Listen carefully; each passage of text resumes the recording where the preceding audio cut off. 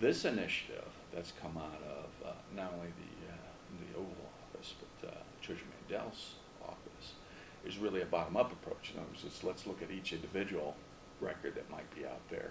In this case, what he's pushing is the part of the finances that are actually put and paid by check.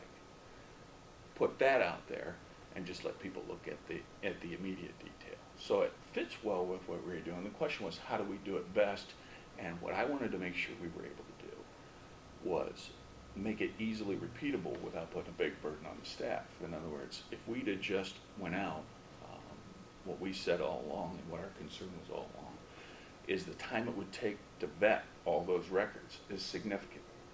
We wanted to know if we could automate the vetting process of those records, and this, what we're going to show you today, has successfully accomplished that. So in looking at the best way to do it, we identified first the best way for us in terms of being able to do it with the staff we have, the limitations with a reasonable amount of resources put to it.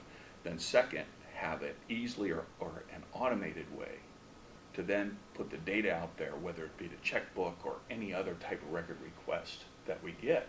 And we've had record requests for a lot of this data in the past, and they were just too large. We couldn't accommodate them. And so we worked with the law director to fill the sets that we could, and the ones we couldn't, we asked the people to break them down so that we could fill them.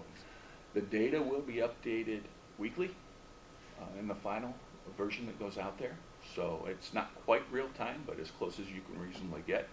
In looking at it, what we wanted to do was make sure we would be able to address the functionality of the open checkbook site, what they wanted, and at the same time make sure we didn't miss anything with ours and enhance it if we could. And I think you'll see as we go through, we've been able to do that.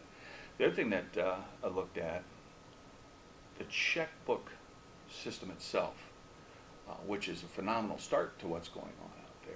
But with it being a limited part of the data, for me, and again, probably because I started top down, I want the community or anybody who's interested to be able to see everything in the perspective of the budget as a whole, the revenues and the expenses, not just the checkbook components of the expenses, but the project components of the expenses or costs of business that we have out there.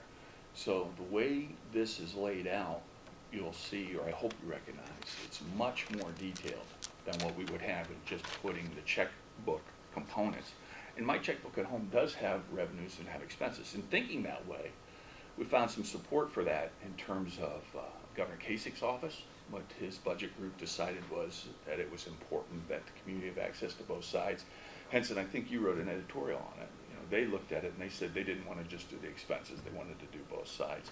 And in a couple of the communities around Ohio, we found that they wanted a full transparency approach also.